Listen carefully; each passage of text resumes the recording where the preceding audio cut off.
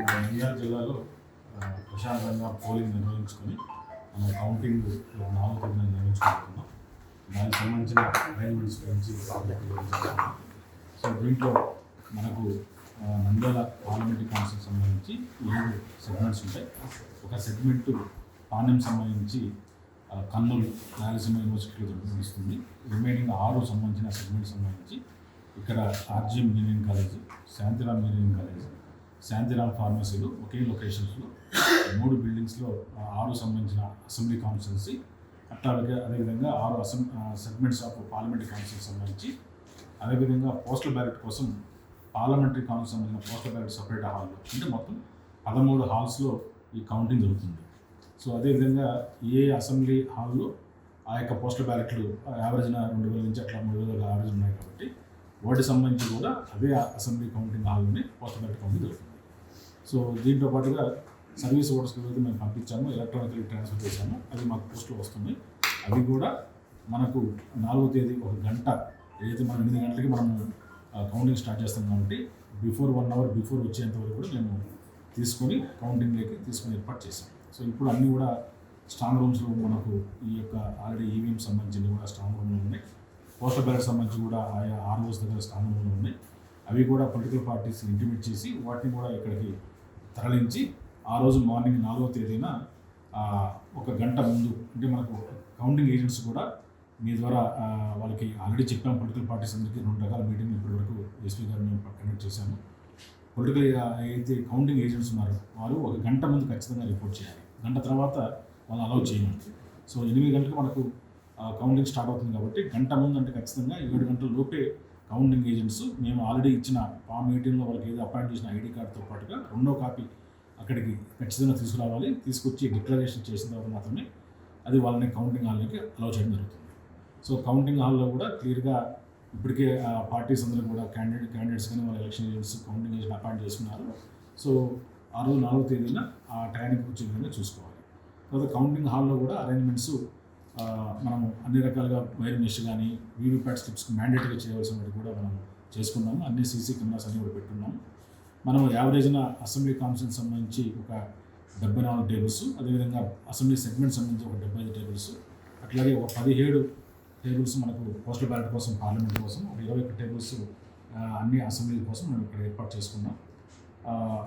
మొదటగా మనకు almost all మనకు అన్ని ఈవీఎం సంబంధించి కూడా ఒక 3:30 to 4:30 మధ్యలో ఒక 4 కాన్స్టిట్యూన్సీలు అయిపోతాయి. ఒక 2 కాన్స్టిట్యూన్సీలు 5:30కి మనం క్లోజ్ చేస్తాం. ఆ టైంకి పోస్టల్ బ్యాలెట్ కూడా కంప్లీట్ అవుతుంది. బై 5:36కి మన జిల్లాలో ఎంటైర్ కౌంటింగ్ ప్రొసీజర్ కంప్లీట్ అయ్యే విధంగా ప్లాన్ చేస్తున్నాము.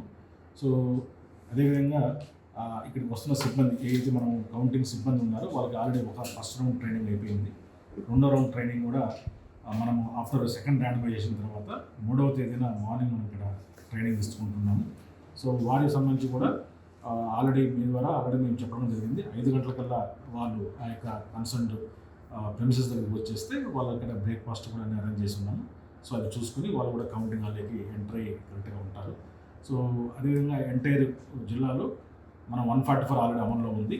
సో ఎటువంటి పరిస్థితుల్లో కూడా ఈ రోజు నుంచి ఆల్మోస్ట్ 7th వరకు కూడా ఎక్కడ కూడా ఎటువంటి పరిస్థితుల్లో గుమ్మికూడాలు, ర్యాలీలు అన్నీ నిషేధించున్నాము. ఇలాంటి బాణసంచా విక్రయాలు కానీ మొత్తం కూడా నిషేధించున్నాం జిల్లా మొత్తం కూడా. అది ఖచ్చితంగా ప్రజలు కూడా మాకు సహాయ సహకారాలు అందించాలి. ఎందుకంటే ఎలక్షన్స్లో కూడా పోలింగ్ రోజు కానీ ఆఫ్టర్ పోలింగ్ కానీ మన జిల్లాలో ప్రశాంతంగా అందరూ కూడా సహకరించారు కాబట్టి సేమ్ కోఆపరేషన్ మేము ప్రజల నుంచి కూడా, అదేవిధంగా పొలిటికల్ పార్టీ నుంచి, మీడియా నుంచి కూడా కోరుకుంటున్నాము. సో అట్లాగే మనకు కౌంటింగ్ సెంటర్స్లో మీడియా సెంటర్ కూడా ఏర్పాటు చేశాము. మీడియా మిత్రులందరూ కూడా ఆ సెంటర్లో ఉంటారు. దానికి ఇన్ఛార్జిగా డిపిఆర్ వాళ్ళ సిబ్బంది ఉంటారు. ప్రతి రౌండ్కి కూడా ఏదైతే నేను చెప్పానో ప్రతి కాన్స్టిట్యున్సీ నుంచి కూడా ఒక మీడియా కోసం, కమ్యూనికేషన్ కోసం ఒక ఎంప్లాయీని పెట్టాము. వారు రౌండ్ అక్కడి నుంచి రిజల్ట్స్ తీసుకొచ్చి మీకు మీడియా సెంటర్కి అందించడం జరుగుతూ ఉంటుంది. మధ్యలో ఇనిషియల్గా ఒకసారి, మధ్యలో ఒకసారి కూడా మిమ్మల్ని జస్ట్ జనరల్ ఫోటోగ్రాఫ్ కోసం అలౌ చేయడం జరుగుతూ ఉంటుంది. అదేవిధంగా అఫిషియల్ కమ్యూనికేషన్ కూడా ఇది పబ్లిక్కి అఫిషియల్ కమ్యూనికేషన్ కోసం, అదేవిధంగా రిపోర్ట్స్ కోసం ఒక అప్లికేషన్ కమిషన్ రూమ్ కూడా పెట్టాము. పబ్లిక్ కమ్యూనికేషన్ సంబంధించి కూడా ఒకటి ఏర్పాటు చేయడం జరిగింది. నెసరీ లాజిస్టిక్ అరేంజ్మెంట్స్ కూడా ఇప్పటికే బ్యారికేడింగ్స్, ఎవ్రీథింగ్, మా సైన్ బోర్డ్స్, అన్ని రకాల కార్యక్రమాలు ఫుల్ ఫ్లెడ్జ్డ్గా మేము చేసుకోవడం జరిగింది. ఖచ్చితంగా ఏదైతే ఎలక్షన్స్లో జిల్లా ప్రజలు, పొలిటికల్ పార్టీస్ అందించిన సహాయ సహకారాలతో ఇప్పుడు కూడా కౌంటింగ్ కూడా ప్రశాంతంగా నంద్యాలలో మనం చేస్తామని ఖచ్చితమైన నమ్మకం మాకు. కౌంటింగ్ స్ట్రాంగ్ రూమ్స్ అన్నీ కూడా శాంతిరామ్ ఇంజనీరింగ్ కాలేజీలో ఉన్నాయి. అక్కడ ఇప్పటివరకు 3 అంచెల భద్రతా వ్యవస్థ కట్టుదిట్టంగా ఉంది. ప్రతిరోజు కూడా కలెక్టర్ గారు మేము విజిట్ చేయటం, పర్యవేక్షణ చేయటం, అన్ని ఏర్పాట్లని చూసుకోవడం జరుగుతూ ఉంది. మాక్ డ్రిల్ కూడా చేయడం జరిగింది. సో ఆ రోజు 3వ తారీఖు నాడు బయట ఎక్కడెక్కడ పార్కింగ్ వెహికల్స్ ఎలా రావాలి, ఎక్కడ పెట్టాలి అనేది సిబ్బందిని గ్యాదర్ చేయడం జరుగుతుంది. ప్రత్యేకంగా మనకి శ్రీశైలం, నందికొట్కూరు, ఆళ్ళగడ్డ, నంద్యాల ఇటువైపు నుంచి వచ్చే ఏజెంట్ వాహనాలు మాత్రమే కేశవరెడ్డి స్కూల్ దగ్గరికి పర్మిట్ చేయడం జరుగుతుంది. అక్కడ పార్టీ వైజ్ ఎవరి వాహనాల్లో ప్రత్యేకంగా వాళ్ళకి కేటాయించిన స్థలంలో మాత్రం అలౌ చేయడం జరుగుతుంది. రెండో వైపు మనకి డోర్లు, పాణ్యం, ప్యాప్లి, బేతంచెర్ల, బనగానపల్లి ఇవి అన్నీ కూడా ఇటు పాణ్యం వైపు నుంచి వస్తాయి. ఆ వెహికల్స్ అన్నీ కూడా బీసీ వెల్ఫేర్ స్కూల్ ఉంది, దాంట్లో టీడీపీకి సంబంధించినవి, ట్రైబల్ వెల్ఫేర్ స్కూల్ కాలేజీలో వైసీపీకి సంబంధించినవి.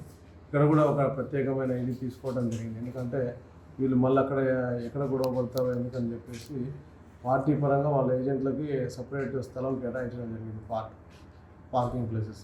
సో ఈ పార్కింగ్ ప్లేసెస్లో వాళ్ళని అలౌ చేస్తాం. అక్కడి నుంచి వాళ్ళు కౌంటింగ్ సెంటర్కి నడిపేస్తారు.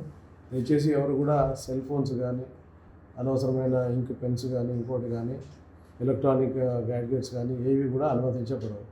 ఇవన్నీ కూడా వాళ్ళ వాహనాల్లో పెట్టుకొని రావడం చేయాలి. ఎవరు కూడా కౌంటింగ్ సెంటర్కి సెల్ ఫోన్ ఎవరు కూడా క్యారీ చేయడానికి అనుమతి లేదు. ఒకటి, వాళ్ళు వచ్చేటప్పుడు ఏజెంట్ మాత్రమే తగిన ఫోటో ఐడెంటిటీను కలెక్టర్ గారు ఇచ్చినటువంటి కౌంటింగ్ ఏజెంట్ పాస్ ఏదైతే ఉంటుందో ఆ పాస్ తీసుకొని వాళ్ళు మాత్రమే రావాలా. వాళ్ళతో పాటు ఇతరులు ఎవరిని కూడా వాహనాల్లో తీసుకురావడానికి అనుమతి లేదు. ఇది ఇక్కడ బయట పార్కింగ్ వాళ్ళకి సంబంధించిన ఏర్పాట్లు. తర్వాత ఆర్జీఎం కాలేజ్ మెయిన్ ఎంట్రన్స్ దగ్గర చెక్ చేసి ఏజెంట్లని ముందు కౌంటింగ్ సిబ్బంది వస్తారు. కౌంటింగ్ సిబ్బంది పార్కింగ్ వచ్చేసి మనకి హాస్టల్ బిల్డింగ్ గ్రౌండ్ ఉంది కదా, ఆ గ్రౌండ్లో మీడియా సిబ్బందికి, కౌంటింగ్ సిబ్బందికి వాహనాల కోసం పార్కింగ్ ఏర్పాటు చేయబడింది. మీకు కూడా అక్కడే అధికారుల వాహనాలు కూడా అక్కడే పార్కింగ్లో ఉంటాయి. సో ఈ కౌంటింగ్కి వచ్చే సిబ్బంది అందరూ కూడా కొన్ని ప్రత్యేకమైన బస్సుల్లో వివిధ నియోజకవర్గాల నుంచి రాబడతాయి కాబట్టిగా ఆ పర్టికులర్గా ఆర్జీఎం కాలేజీ గేట్ దగ్గర డ్రాప్ చేసిన తర్వాత వాళ్ళు అక్కడ తనిఖీ చేసిన తర్వాత లోపలికి ఎవరి నియోజకవర్గాలకు వాళ్ళు వెళ్ళిపోతారు. ఆ తర్వాత Shantiram engineering college, pharmacy college ఆ గేట్ దగ్గర మిగతా సిబ్బందిని డ్రాప్ చేస్తే వాళ్ళు తనిఖీ అయిపోయిన తర్వాత ఆ సిబ్బంది అందరూ కూడా లోపలికి వెళ్తారు. ఆ బస్సెస్ వాళ్ళ పార్కింగ్ ప్లేస్లోకి వెళ్తాయి, ఇది హాస్టల్ బిల్డింగ్ ఉన్న ప్లేస్లోకి. ఇది సిబ్బంది మీడియాకు సంబంధించిన పార్కింగ్ గురించి. ఈ పార్కింగ్ దగ్గరే మెయిన్ క్యాండిడేట్స్ ఎవరైతే ఉన్నారో వాళ్ళ వాహనాలు కూడా main political as per protocol ప్రకారంగా ఈసీఐ గుర్తించిన మెయిన్ పార్టీ క్యాండిడేట్లు మాత్రం ఇదే హాస్టల్ బిల్డింగ్ దగ్గర మన అధికారుల యొక్క పార్కింగ్ స్థలానికి అలౌ చేయడం జరుగుతుంది. ఇది పార్కింగ్ సంబంధించిన విషయాలు. తనిఖీ చేసిన తర్వాత లోపల పంపించిన తర్వాత ప్రతి నియోజకవర్గం దగ్గర కూడా ఆ సంబంధించిన సిఐ, ఎస్ఐస్ సిబ్బంది ఉంటారు. లోపల కూడా మరోమారు తనిఖీ చేసిన తర్వాత లోపల పంపిస్తారు. లోపల ఎటువంటి కౌంటింగ్ జరిగేటప్పుడు ఎటువంటి ఆటంకాలు కూడా ఎవరు కూడా కల్పించకూడదు. వాళ్ళకి సంబంధించినంతవరకు ఏమైనా అభ్యంతరాలు ఉంటే లోపల ఆర్ఓ ఉంటారు, అబ్జర్వర్ ఉంటారు, దానికి సంబంధించి వాళ్ళ అభ్యంతరాలు తెలుపుకోవచ్చు. కానీ ఎటువంటి తొందరపాటు చర్యలకు పోవటం, ఆర్గ్యుమెంట్ చేయటం అనేది జరగకూడదు, దాన్ని అనుమతించరు. తర్వాత ఇబ్బంది ఎదుర్కోవాల్సి వస్తుంది చట్టపరంగా. ఇది ఒకటి. తర్వాత ఫ్రీక్వెంట్గా బయటికి రావడం అనేది కూడా అలౌ చేయరు ఎవరు కూడా. వాళ్ళకి సంబంధించిన భోజనాలు కానీ, టిఫిన్ కానీ అన్నీ కూడా అదే క్యాంపస్లో అలౌ చేస్తారు. వాళ్ళు చేసుకున్న తర్వాత తిరిగి కౌంటింగ్ హాల్లోకి వెళ్ళటం.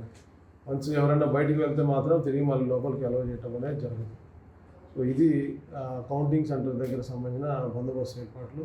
మనకి దాని దగ్గర లోపల ఒక అడిషనల్ ఎస్పీ ఉంటారు, నేను ఉంటాను, ఇంకొక ఎస్పీ గారిని కూడా కేటాయించడం జరిగింది. 4 డిఎస్పీస్ ఉంటారు, బయట ఒక 3 డిఎస్పీలు, ఒక 10 మంది ఇన్స్పెక్టర్లు బయట కౌంటింగ్ సెంటర్ బయట బందోబస్తు ఏర్పాటును పర్యవేక్షణ చేయడం జరుగుతుంది. ఎటువంటి జన సమీకరణ కూడా దరిదాపుల్లోకి ఎవరిని కూడా రానివ్వం. అది టోటల్గా నిషిద్ధ ప్రాంతం. ఆ కౌంటింగ్ సెంటర్ జోన్ అంతా కూడా రెడ్ జోన్ కింద డిక్లేర్ చేయడం జరిగింది. డ్రోన్స్ కూడా ఎవరు కూడా పే చేయడానికి లేదు. అట్లాంటిది ఏమైనా ఉంటే ఇమీడియట్గా సీజ్ చేయడం, క్రిమినల్ యాక్షన్ తీసుకోవడం జరుగుతుంది. అది ఒకటి. అది కాకుండా ఇటు నందివర్గం దగ్గర కట్ ఆఫ్, మన తర్వాత పాణ్యం సిమెంట్ అనేది ఒక కట్ ఆఫ్. ఆ పైనుంచి వచ్చే వాళ్ళు ఎవరైనా ఉంటే వాళ్ళని అక్కడే చెక్ చేయటం, వెనక్కి పంపించడం జరుగుతుంది. దయచేసి అందుకని ఎవరు కూడా రావద్దు, ఒక ఏజెంట్లు, క్యాండిడేట్ తప్ప. అట్లనే ఆలగడ్డ, ఇటు నందికొట్కూరు, శ్రీశైలం, దీనికి సంబంధించి కూడా నంద్యాల టౌన్ ప్లస్ ఆలగడ్డ దగ్గర ఎక్కడికక్కడ చెక్ పోస్టులు ఉన్నాయి, వాళ్ళు తనిఖీ చేస్తారు, తగిన చర్యలు తీసుకుంటారు. ఇవి కాకుండా ప్రతి పోలీస్ స్టేషన్ లెవెల్లో పెట్రోలింగ్ పార్టీస్ ఉన్నాయి. ఎస్ఐ ఆధ్వర్యంలో, ఇన్స్పెక్టర్ ఆధ్వర్యంలో ఒక క్యూఆర్టీస్ ఉన్నాయి, స్పెషల్ పార్టీస్ ఉన్నాయి. అప్రమత్తంగా ఉంటారు. వాళ్ళ పరిధిలో వాళ్ళు పెట్రోలింగ్ తిరుగుతూ ఉంటారు. రౌండ్ ది క్లాక్ ఈ రోజు నుంచి ఈ మూమెంట్ స్టార్ట్ అవుతుంది. తర్వాత ఇది కాకుండా 75 గ్రామాలని సెన్సిటివ్గా ఐడెంటిఫై చేయడం జరిగింది. ఈ గ్రామాలలో 1+2 పికెట్స్ వేయడం జరిగింది. నిరంతరం ఆ గ్రామాల్లో వాతావరణాన్ని పర్యవేక్షిస్తూ సమాచారం తగిన వాళ్ళ ఇన్స్పెక్టర్కి, డిఎస్పీకి అందజేస్తారు. ఇమ్మీడియట్గా వాళ్ళు అక్కడ పెట్రోలింగ్ వెళ్ళడం జరుగుతుంది. ఇది కాకుండా పట్టణ ప్రాంతాల్లో 28 వార్డులని సెన్సిటివ్గా ఐడెంటిఫై చేయడం జరిగింది. అక్కడ కూడా ఈ పికెట్లు ఉంటాయి. సో దీనికి సంబంధించి ఈ పర్టికులర్స్. తర్వాత ఆలగడ్డలో ఒక కంపెనీ బిఎస్ఎఫ్ ఉంది. సుమారుగా 90 మంది వరకు సిబ్బంది ఉంటారు. అందులో ఒక 30 మందిని బనగానపల్లికి కేటాయించడం జరిగింది. అక్కడ 3 టీములుగా ఉండి వాళ్ళు ఫీల్డ్ లెవెల్లో పర్యవేక్షణ చేయడం. ఈ గ్రామాలలో 1+2 పికెట్స్ వేయడం జరిగింది. నిరంతరం ఆ గ్రామాల్లో వాతావరణాన్ని పర్యవేక్షిస్తూ సమాచారం తగిన వాళ్ళ ఇన్స్పెక్టర్కి, డిఎస్పీకి అందజేస్తారు. ఇమ్మీడియట్గా వాళ్ళు అక్కడ పెట్రోలింగ్ వెళ్ళడం జరుగుతుంది. ఇది కాకుండా పట్టణ ప్రాంతాల్లో 28 వార్డులని సెన్సిటివ్గా ఐడెంటిఫై చేయడం జరిగింది. అక్కడ కూడా ఈ పికెట్లు ఉంటాయి. సో దీనికి సంబంధించి ఈ పర్టికులర్స్. తర్వాత ఆలగడ్డలో ఒక కంపెనీ బిఎస్ఎఫ్ ఉంది. సుమారుగా 90 మంది వరకు సిబ్బంది ఉంటారు. అందులో ఒక 30 మందిని బనగానపల్లికి కేటాయించడం జరిగింది. అక్కడ 3 టీములుగా ఉండి వాళ్ళు ఫీల్డ్ లెవెల్లో పర్యవేక్షణ చేయడం జరుగుతుంది. ఇంకో 3 టీంలు 10 చొప్పున ఆలగడ్డ నియోజకవర్గంలో ఇంపార్టెంట్ ప్లేసుల్లో వాళ్ళు పెట్రోలింగ్ తిరుగుతారు. వాళ్ళు కాకుండా ఇంకొక 20 మంది దాకా రిజర్వ్లో ఉంటారు, ఎక్కడ ఎమర్జెన్సీ అయితే అక్కడ మీట్ అయ్యేలాగా. ఇది బిఎస్ఎఫ్ యొక్క ఇది కాకుండా ఇంకో కంపెనీ కూడా రాబోతుంది. రాత్రి ఒక 24 మంది స్పెషల్ పార్టీ వాళ్ళు వచ్చారు.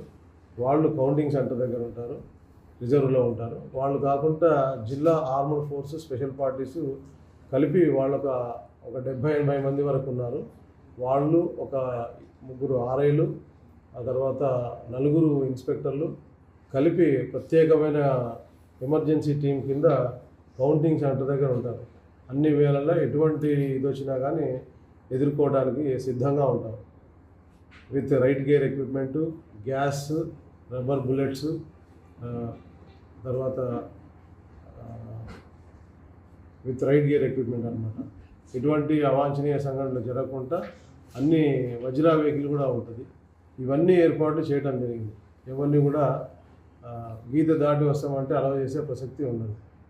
సో ఇది కాకుండా పార్టీ కార్యాలయాల దగ్గర, అన్ని పార్టీ కార్యాలయాల దగ్గర పికెట్లు ఏర్పాటు చేయడం జరిగింది. ఎటువంటి అవాంఛనీయ సంఘటనలు జరగకుండా ఉండటానికి, ఎవరికి అవకాశం ఇవ్వకుండా ఉండటానికి. రెండవది, ఎవరైతే ప్రధాన పార్టీ అభ్యర్థులు ఉన్నారో వాళ్ళ ఇళ్ళ దగ్గర కూడా పికెట్లు వేయడం జరిగింది, ఎటువంటి అవాంఛనీయ సంఘటనలు జరగకుండా ఉండటానికి. ఇది ఒకటి. సార్ చెప్పినట్టుగా 4th థర్డ్ ఈవినింగ్ నుంచి డ్రై డే ఉంటుంది. మద్యం అమ్మటం అనేది కూడా నిషేధం ఉంది. ఈ ఫైర్ క్రాకర్ సంబంధించి ఆల్రెడీ మనం టౌన్లో కేసులు పెట్టి ఉన్నాం. అన్ని డీలర్స్ అందరినీ కూడా నోటీసులు సర్వ్ చేయడం జరిగింది. తర్వాత మేజర్ సేల్ డిపోస్ ఏవైతే ఉన్నాయో వాళ్ళకు కూడా నోటీసులు సర్వ్ చేయడం జరిగింది. టోటల్గా అది క్లోజ్ చేయించడం జరిగింది. ఎవరైనా బహిరంగంగా ఆ రోజు క్రాకర్స్ కింద కాల్స్తే మాత్రం కోడ్ వైలేషన్ కింద వస్తారు. డెఫినెట్గా క్రిమినల్ యాక్షన్ వాళ్ళ మీద తీసుకోవడం జరుగుతుంది. ఆ తర్వాత రిజల్ట్స్ అనౌన్స్ చేస్తారు కదా. తర్వాత ఎవరు కూడా 72 అవర్స్ వరకు, 3 days వరకు ఎవరు కూడా ఈ విజయోత్సవ ర్యాలీలు ఇవన్నీ తీయటానికి లేదు. 144 అమల్లో ఉంది కాబట్టి తర్వాత గైడ్లైన్స్ పైనుంచి ఎలా ఉంటాయో ఈసీఐ ప్రకారంగా అప్పుడు కార్యక్రమం ఏంటి అనేది వాళ్ళు చెప్తారు. అప్పటి వరకు కూడా ఎవరు కూడా స్వతంత్రంగా జన సమీకరణ చేయటం కానీ ఈ విజయోత్సవాలు చేయటం కానీ ఎవరు చేయటానికి వెళ్ళలేదు. మన జిల్లాకు ఒక ప్రత్యేకత ఉంది. ఇంతకుముందు ఏం జరిగిందో మీకు అందరికీ తెలుసు. ఇప్పుడు ప్రజలందరూ కూడా చక్కగా సహకరించారు. ప్రశాంతమైన వాతావరణంలో మనం ఎన్నికలు జరుపుకున్నాం.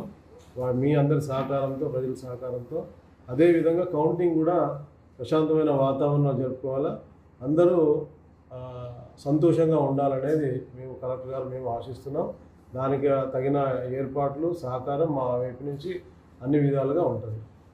ఎవరు ఏదైనా సమాచారం కావాలంటే దీనికి సంబంధించి కలెక్టర్ గారినన్నా అడగొచ్చు, మమ్మల్ని అడగొచ్చు. ఎల్లవేళలా మేము అందుబాటులో ఉంటాం.